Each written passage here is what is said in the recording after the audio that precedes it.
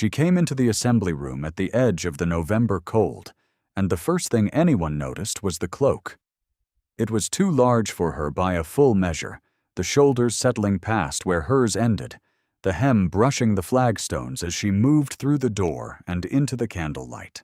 Dark wool, worn soft with years, the kind of garment a woman wore because she had no other, and not because it suited her.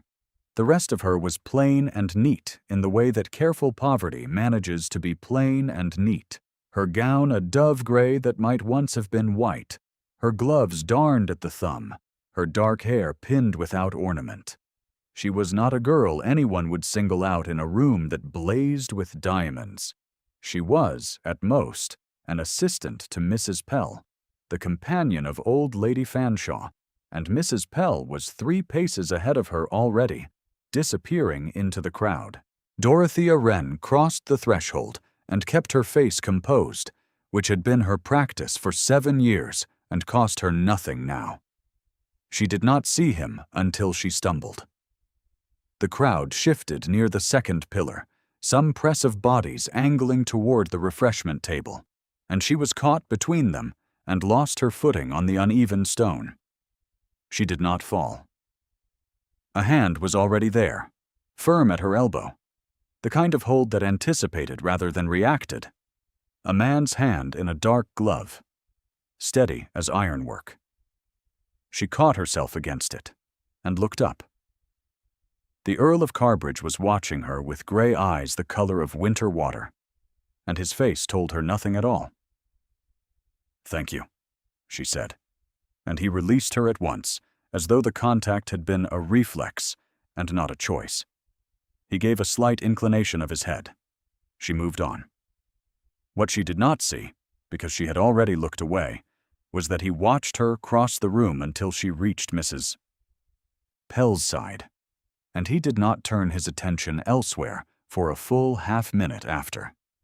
She was at the far wall, tucking herself into the required invisibility of a companion's assistant, when she heard Lady Cecily Morne's voice rise from behind the screen of a nearby pillar. Lady Morne's voice was not designed for quiet. It was designed for ballrooms, for carrying verdicts across a room without appearing to shout. "That is the Asherley Beggar," Lady Morne said, and the syllables landed with the precision of a woman who has placed such labels before and knows they stick. "Wren, she calls herself now. She has no name left worth using." The woman beside Lady Morne made a small sound of understanding and sympathy, the sound people make when they are learning whom not to notice. Dorothea's hands, folded at the front of the cloak, did not move. Her breathing remained even. The cloak's lining was cold against her fingers, and inside the left breast, where no one ever looked, the embroidered threads of the Asherley crest lay flat and hidden, a silver wyvern on a field of faded blue. She had heard worse.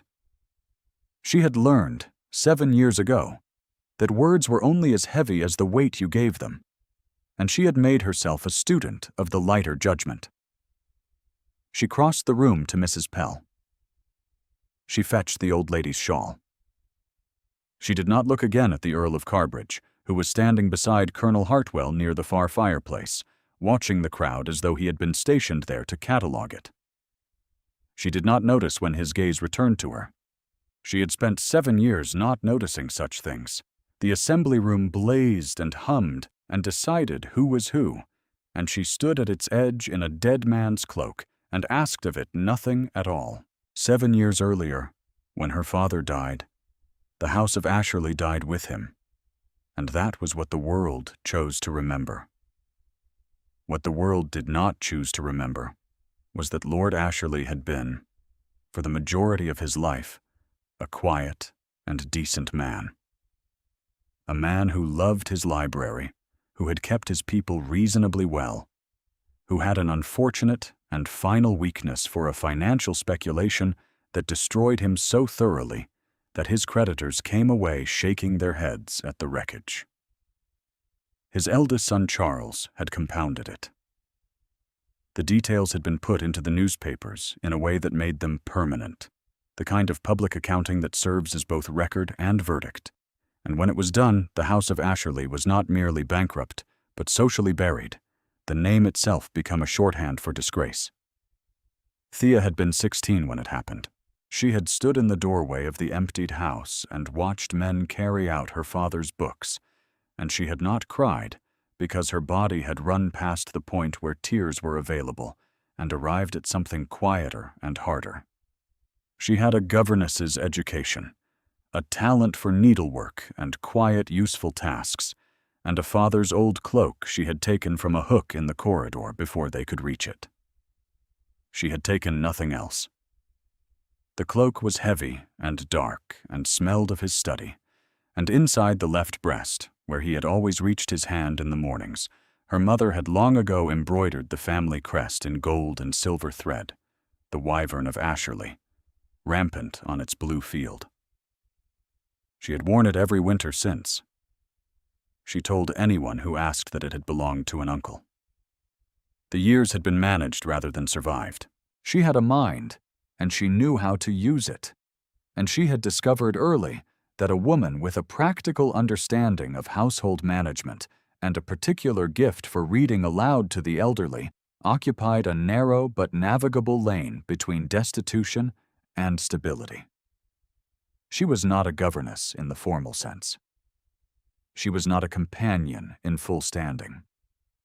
She was an assistant to companions, which placed her below the threshold of most social notice and above the threshold of most social danger. She lived in a room above a baker's shop in Whitechapel when she was not at a household, and in lodgings in Marylebone when she was. She ate simply. She saved what she could. She spent nothing on sentiment. The Asherley name she had buried with her father. She did not speak it. She had not spoken it in 7 years to anyone who did not already know it. And those who already knew it had the good manners not to raise it in her hearing. The name was a weight she had set down on purpose, and she had no intention of picking it up. It would not help her. It could only mark her. What she permitted herself privately was the cloak. The cloak and the crest hidden inside it. The embroidery she had retraced with her own needle when the gold thread began to fray, sitting up by the stub of a candle in her room above the bakery, following the lines her mother's hand had made. It was not hope. It was not ambition. It was only that she could not make herself unpick it. Some things a person keeps without knowing quite why, and the silver wyvern on its field of faded blue was hers. And it was enough that it existed, turned inward, secret, pressed against her heart where she could feel its slight raised texture when she folded her arms against the cold.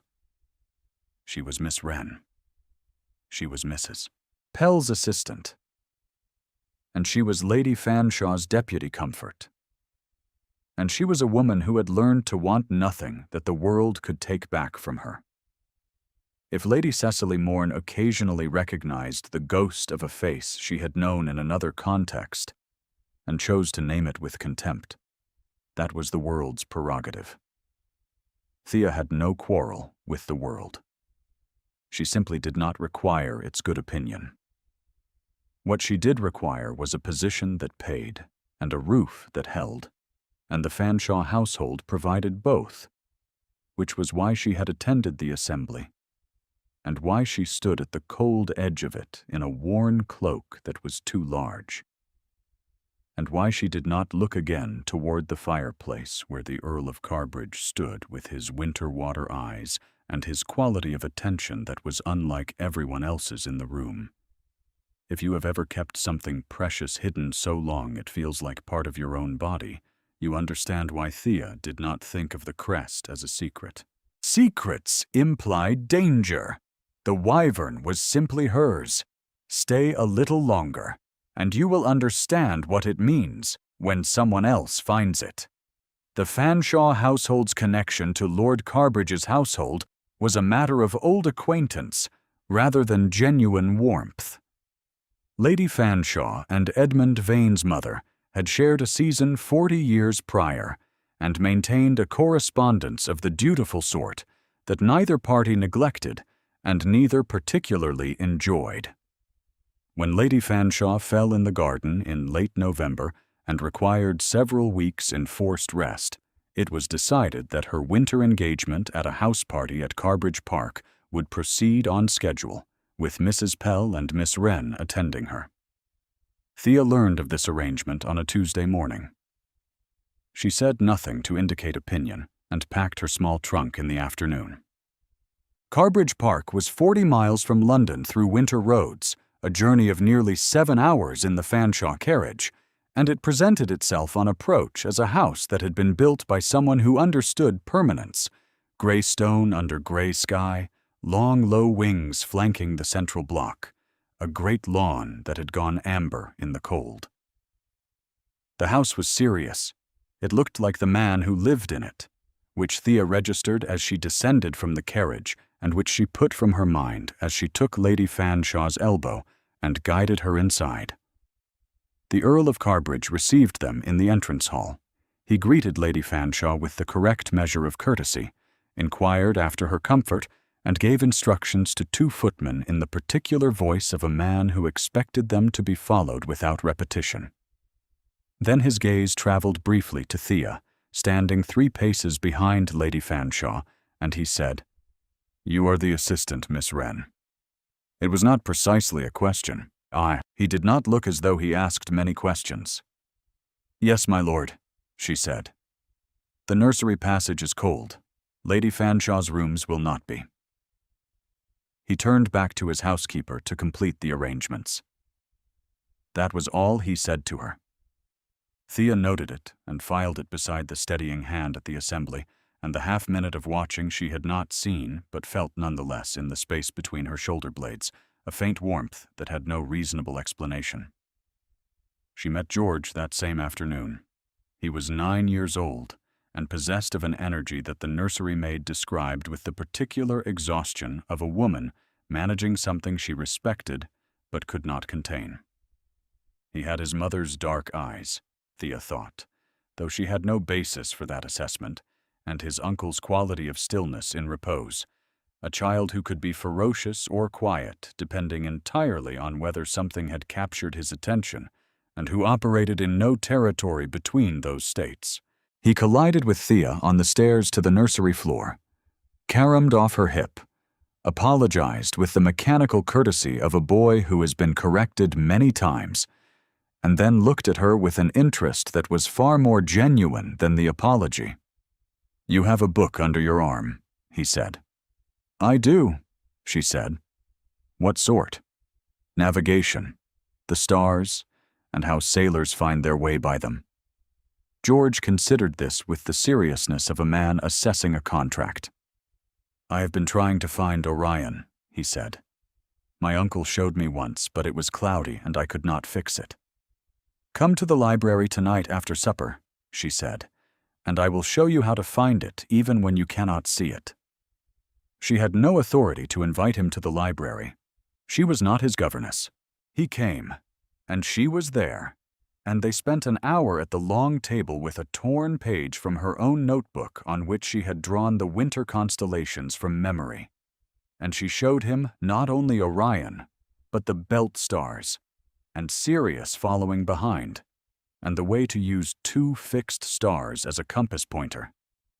He listened with the ferocity of a child who has been shown something true. She had forgotten what it felt like to teach, how it expanded something inside the chest that had been closing for years, and she did not notice when she began to smile. She did not notice either the figure in the doorway. Edmund stood at the threshold of his own library and watched for 4 minutes before he withdrew. He had come for a letter he meant to read. He stood instead and observed a woman in a worn gray gown, her hair escaping its pins on one side, her hands tracing star patterns on a torn sheet of paper, his ward leaning forward over the table with his thin face alight in the candle glow. She did not perform for the boy. She was simply present with him in the way that very few people were simply present, with no agenda visible, no patience managed, just the genuine forward lean of a person interested in what the other person was understanding. Edmund's sister Louisa had sat like that, had leaned like that. He made himself stop making the comparison. He withdrew. He said nothing to Thea the following morning, which was the pattern of the week that followed.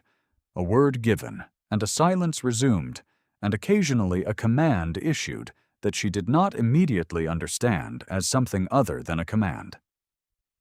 "Do not carry the coal scuttle," he said on the third morning, coming upon her in the corridor with it. "There are footmen for that. Lady Fanshawe prefers her room warmer than the footmen are instructed to keep it," she said. "Tell the housekeeper, and it will be managed." "Yes, my lord." "Give me the scuttle." She gave him the scuttle. He carried it the remaining 10 feet to Lady Fanshawe's room, and set it down, and came back out and went away down the corridor without another word. Thea stood in the hall for a moment and permitted herself one private assessment, which was that the Earl of Carbridge was either the strangest man she had encountered or the most deliberately kind, and that she could not determine which from the available evidence. Then she went about her morning. The house party filled in the second week. Lady Morn arrived on a Wednesday with her niece, Miss Arabella Thorne, a girl of 20, with copper hair arranged in fashionable curls, and a gift for occupying the center of a room that had been cultivated with care. Miss Thorne was, by every observable measure, being offered to the Earl of Carbridge on the understanding that he had the sense to receive the offering. Lady Morn moved through the drawing-room that evening as though she owned it, which was the social equivalent of staking a claim. She settled herself beside Lady Fanshawe, and she said, in a voice pitched carefully to carry 3 chairs in each direction, "I did not know you traveled with Miss Wren still. I have to tell you, Harriet, we had some years ago a similar girl, not this one, another. And really these Asherley creatures are all the same, you know. The Asherley beggar herself told a friend of mine she had been brought up to better things." She laughed with the polished sound of a woman who has been laughing at such things for 40 years. "Brought up to ruin, one might say." Mrs. Pell looked at her embroidery. Lady Fanshawe, who was not young and not entirely aware, made a small sound of acknowledgement. Thea, seated 3 chairs away with her needlework, kept her eyes on her stitching. Her needle moved in and out of the cloth with the precision of long habit, and if her fingers were slightly cool where they gripped the frame, that was the cold in the room and nothing else. She did not look at the doorway. She did not need to. She could feel, as she had begun uneasily to feel, when he was nearby. He found her in the corridor outside the blue sitting room on the 5th day of the house party, which was the day he made his mistake. She was carrying a small stack of Lady Fanshawe's books, which the old woman had wanted returned to the library, and she was navigating the corridor carefully, which was how she navigated most things, with attention that did not call attention to itself. He said her name before he thought about it. "Miss Wren." She stopped and looked up. The stack of books did not shift. Her face was composed in the way that had begun to trouble him. That careful blankness of a person who has been performing composure for so long it had ceased to require effort, and he thought of his sister Louisa's face in the last months, similarly composed, similarly costly. "Allow me," he said, and took the books without waiting for her agreement. She did not protest. She had learned, over the preceding days, that the Earl of Carbridge's commands were a form of statement rather than request, and that arguing with statements used energy she did not have. They walked together toward the library. The corridor was cold, and the candles in the wall sconces made a warm, uncertain light that gathered at her face and caught the place where she pressed her lips together in the absence of conversation. He was aware of her at a physical level that he had been declining, with varying success, to examine the way the cold air moved when she moved through it, the specific sound of her steps on the old floorboards, the faint warm scent of the soap she used that was not perfume and not expensive, and was more present in a cold corridor than in a warm room, and which he had noticed more than once, and did not allow himself to name. "Lord Carbridge," she said, when they had almost reached the library. "Yes." She paused at the library door. "Your ward, George." She looked at him directly, which most people did not do, and which he had noticed about her from the first evening in the assembly room. "He has mentioned his mother." Edmund went still. Outside the library, in the cold corridor, a log shifted in a fireplace somewhere in the house and cast a different quality of shadow across the paneled wall. "George speaks of many things," Edmund said.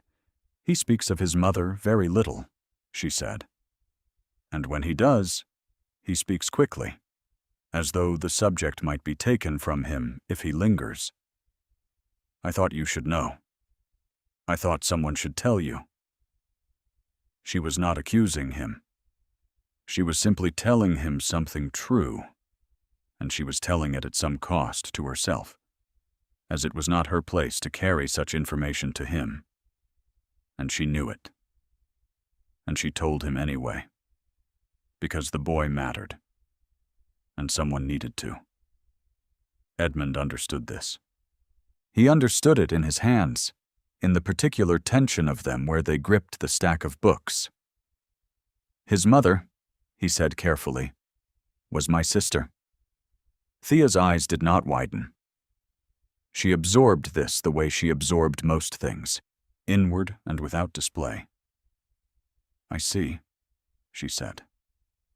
He set the books down on the table inside the door and stood a moment with his back to her, looking at the shelves. The library at Carbridge had been his father's and his father's father's, and there were places in it he had not opened since Louisa died.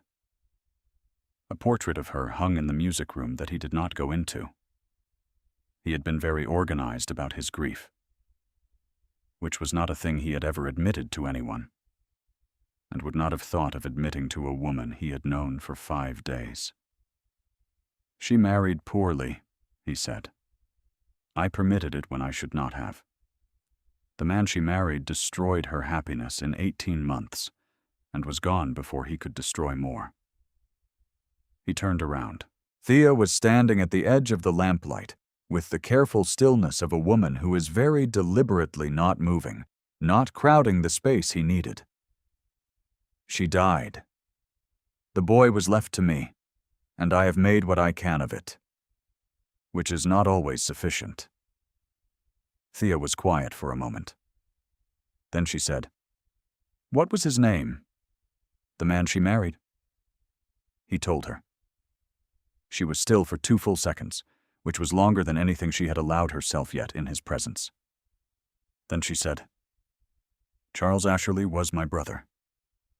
Her voice did not falter.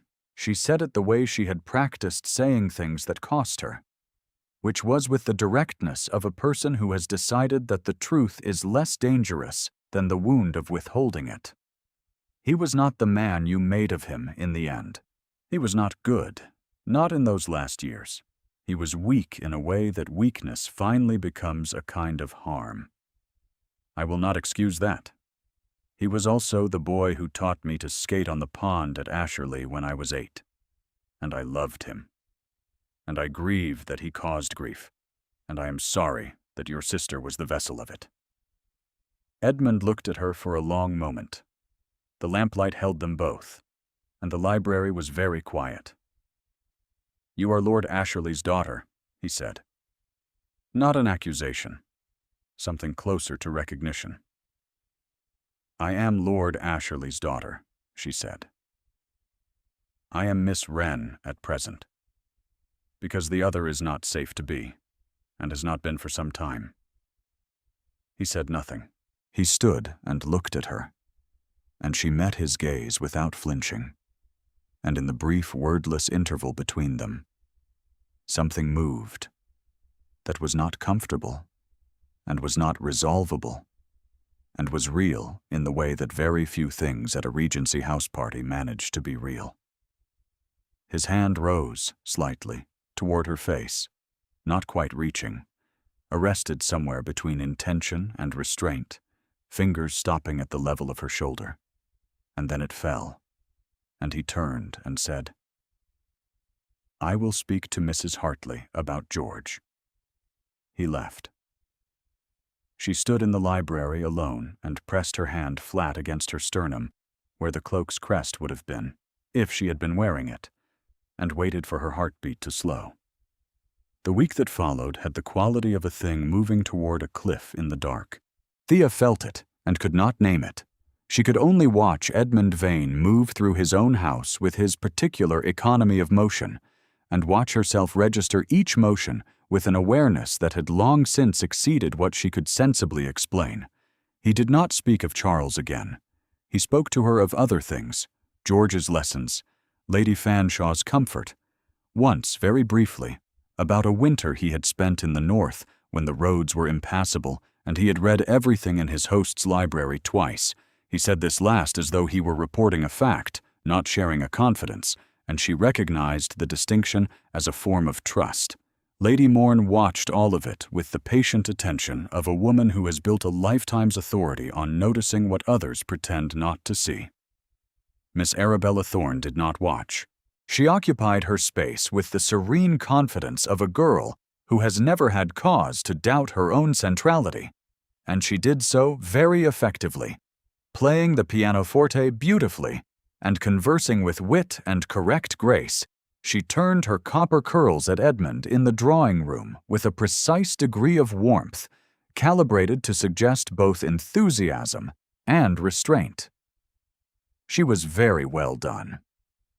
Thea admired the architecture of it without begrudging it. Miss Thorne was doing what she'd been trained to do, and she was doing it with genuine skill, and none of it was unkind. It was Lady Morn who was unkind, and she was unkind with the same skill and the same surface restraint, which made it more difficult to answer. The dinner on Thursday gathered the house party's full complement at the Carbridge dining table, which seated 30 and managed 15, with an expanse of candelabras and silver plate that made the room feel formal in the way that old wealth understood formality. Colonel Hartwell was there, and Mrs. Hartwell, and a Mr. and Mrs. Forsyth from a neighboring estate, and two young men whose names Thea did not catch, because she was at the far end of the table with Mrs. Pell, and was not intended to catch them. She ate simply, and attended Lady Fanshaw's needs across the table, and watched the candelabras cast their light across the silver. It was Mr. Forsyth who said it. He was a loose-tongued man of 50, with the open manner of someone who had never been embarrassed by himself, and he said it to Mrs. Hartwell 2 chairs from Thea, pitching his voice not quite low enough. "Lady Morn was telling me only yesterday," he said, helping himself to the fish, "that the Asherley Beggar has no name worth claiming any longer. Poor creature, turning up in houses like this one. You would think someone would take the girl in hand." Mrs. Hartwell made the sound of polite acknowledgement. Mrs. Pell examined her plate. Thea set her fork down with the particular care of a woman managing a hand that had chosen to tremble, and pressed it flat against the tablecloth. At the head of the table, his face did not change. He reached for his wine. His jaw was held as she had learned to read it, which was with a control so exact it verged on tension. He said nothing. The dinner continued. The candelabras burned lower, and the silver plate threw its cold light across 30 feet of tablecloth. And Thea kept her face composed and thought of nothing and everything all at once. The winter assembly at Millhope was the last gathering of the house party's social calendar before the families dispersed for Christmas, and Lady Morn had been planning it with the specific industry of a woman who understands that arrangements made in a room full of witnesses are arrangements that hold.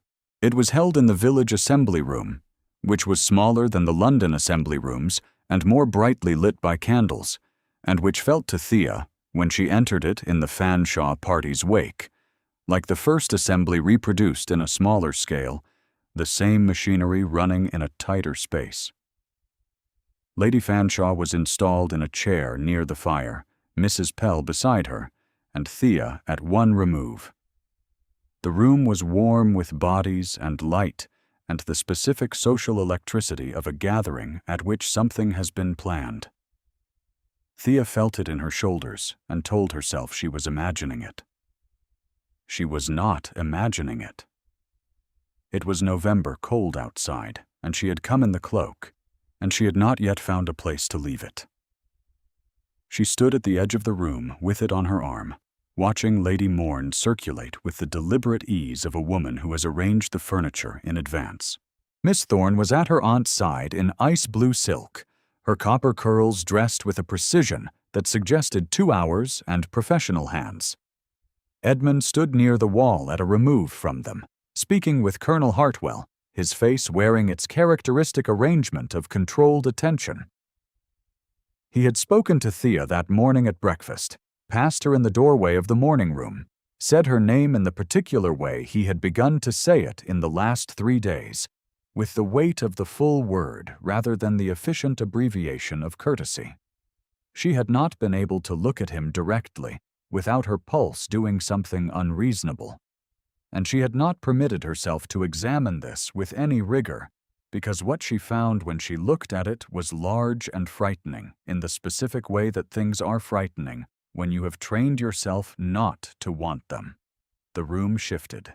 A knot of people near the refreshment table released, and she moved through the gap, the cloak over her arm, aiming for the rack near the door, where coats were being managed by a footman. She did not reach it.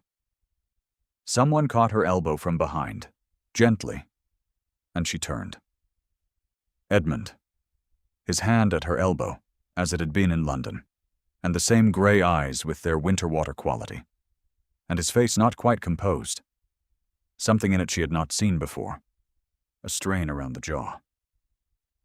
"Stay a moment," he said. He was not looking at her face. He was looking at the cloak on her arm, and at the inner lining, and at the embroidery visible where the lining had folded back on itself. His hand had shifted from her elbow to the cloak's edge without her registering when the movement had occurred, and his thumb moved now, very slowly, across the embroidered thread of the silver wyvern on its field of faded blue. He was very still. She could not speak. She watched his face change across a count of 3 seconds, watched him see and recognize and understand, and she watched something shift behind his eyes that she could not name and could not interpret. His thumb did not move. The threads pressed warm and familiar against his touch, and she felt it through the cloak as though it were her own skin being red. "Lord Carbridge," she said. He released the cloak. He did not look at her. He said, "Excuse me," and turned and walked away, and the distance between them opened in a way she had not expected, and which struck her in the chest with a precision that was almost physical. She stood with the cloak on her arm and told herself very firmly that she had known this would happen, that this was what happened when a man who hated the Asherley name discovered he had been offering the protection of his house and his attention to an Asherley, that it was sensible and clean and better this way. She told herself these things with the practice of someone who had spent 7 years telling herself similar things, and they sat in her chest like stones in cold water. What happened next was Lady Morn. The room's attention had a way of following Lady Morn when she wished it to, which she did now, moving to the center of the gathering with the unhurried authority of a woman about to speak a truth that has been too long postponed. She raised her voice, not unduly and not dramatically, and she said, "I think we have all been very patient." A small, pleasant smile. "I think we have all been very patient with Miss Wren's little performance. She is Lord Asherley's daughter, you know. We have all known it, And Lord Asherley's daughter calling herself Wren, and occupying a position in the Fanshawe household and appearing at Lord Carbridge's table. Well. She paused.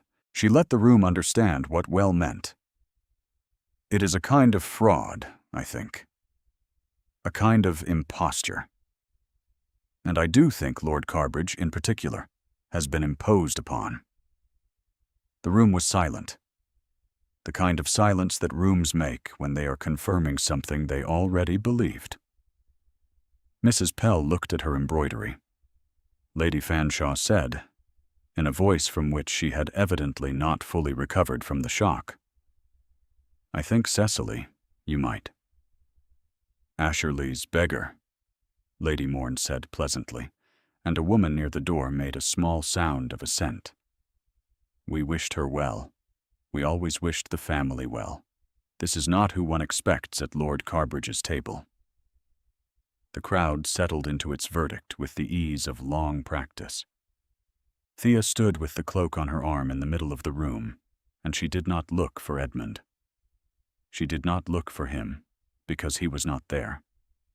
He had crossed the room after releasing her, and gone out through the side door into the night, and she was alone with the cloak and the crest, and Lady Morn's verdict, and the particular silence of a room that has agreed. She lifted her chin.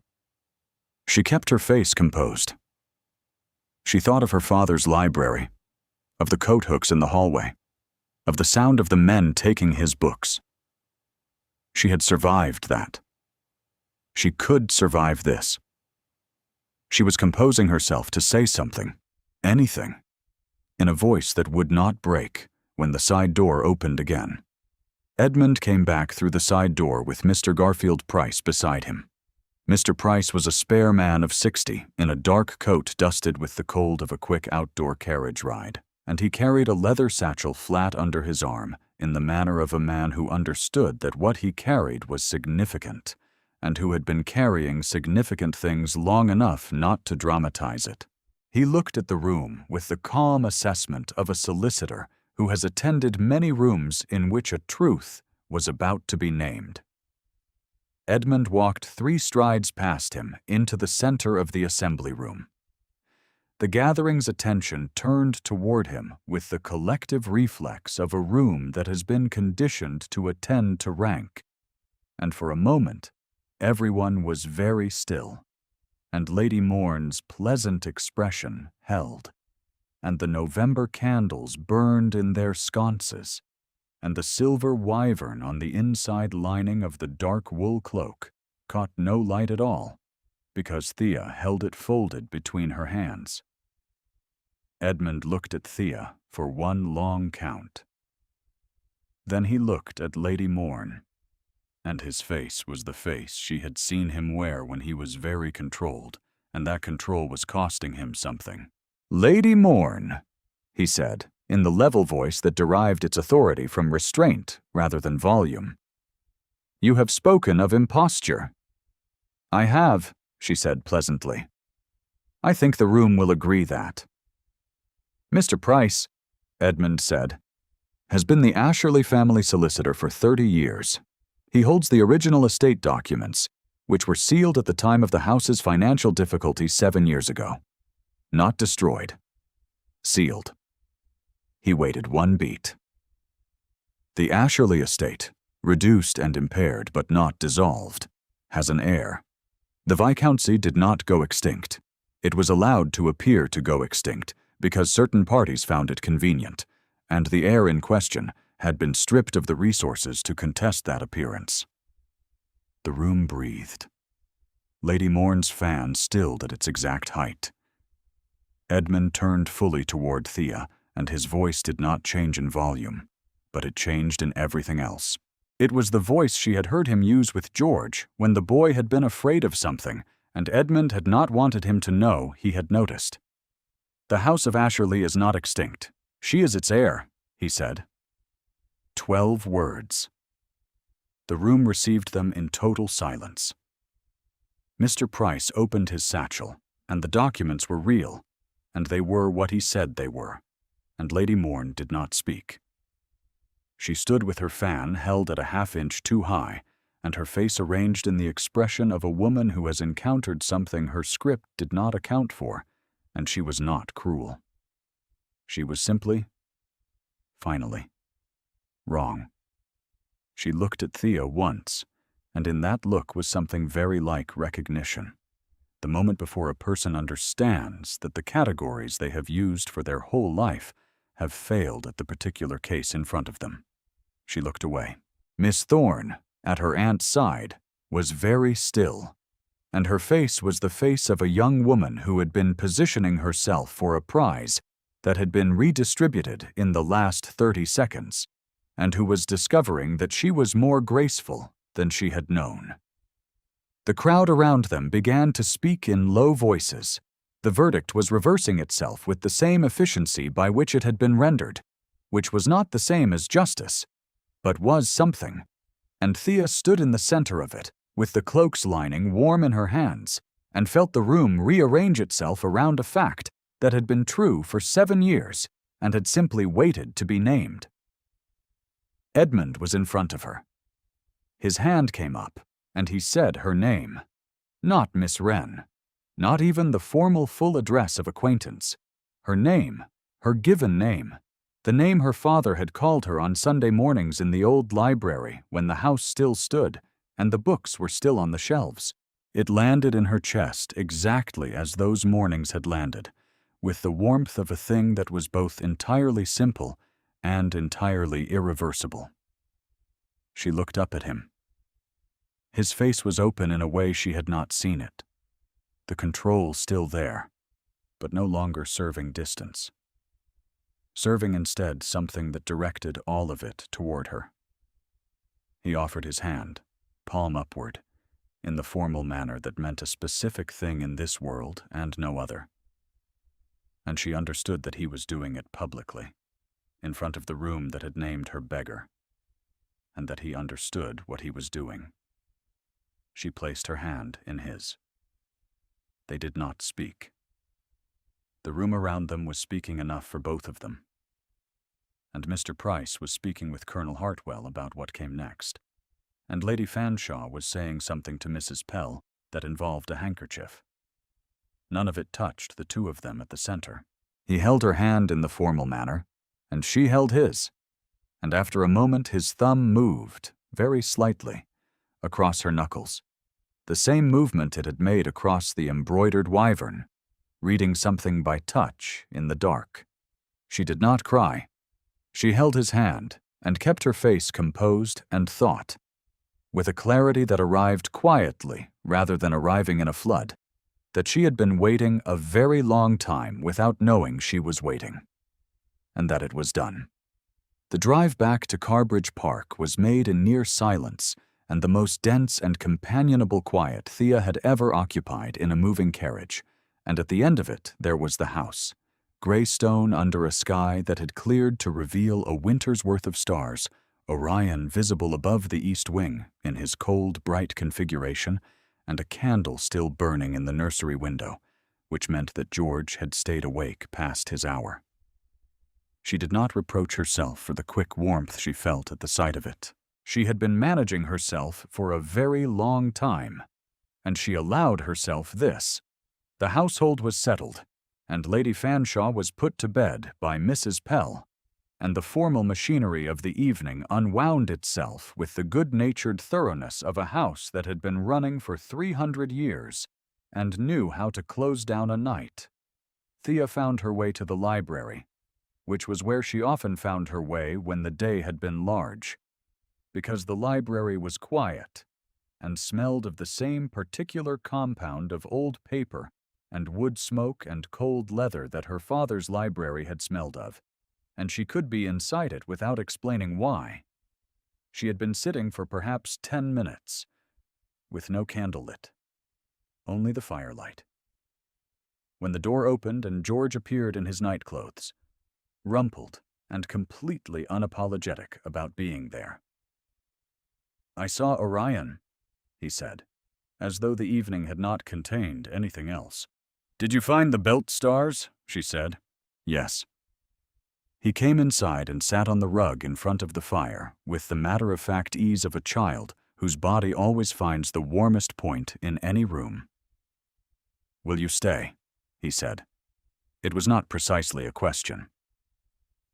"After Christmas, will you stay?" She had no answer ready for this, because it was not a question she had let herself think. "I believe I will," she said. "Good," said George, and leaned back against the chair leg below her. Edmund came in a few minutes later, without announcing himself, and sat in the chair adjacent to hers, and they were very quiet together, in the way of people for whom quiet is not absence, but presence. The fire burned. George dozed against the chair leg with the boneless certainty of a sleeping child. Outside the library window, the winter sky held Orion at its eastern reach, the same stars she had shown the boy from a torn page by candlelight, the same stars that had held their position through every ruin and every silence and every careful name she had worn in place of her own. Her cloak was on the chair arm beside her. Edmund's hand rested on the chair between them, close enough that she could feel the warmth of it without touching it, and after a long moment she covered his hand with hers, and he turned his palm and held on. She felt the embroidered wyvern of the Asherley crest pressed between her own palm and the wool, the faded silver thread raised against her skin, not hidden, not performing, simply there, as it had always been, waiting for a room in which it was finally safe to be seen. The fire settled, and the stars held, and the house breathed around them. And Dorothea Asherley was home. Thank you for staying until the end. If this story found you in a quiet evening, leave a word below. It means more than you know.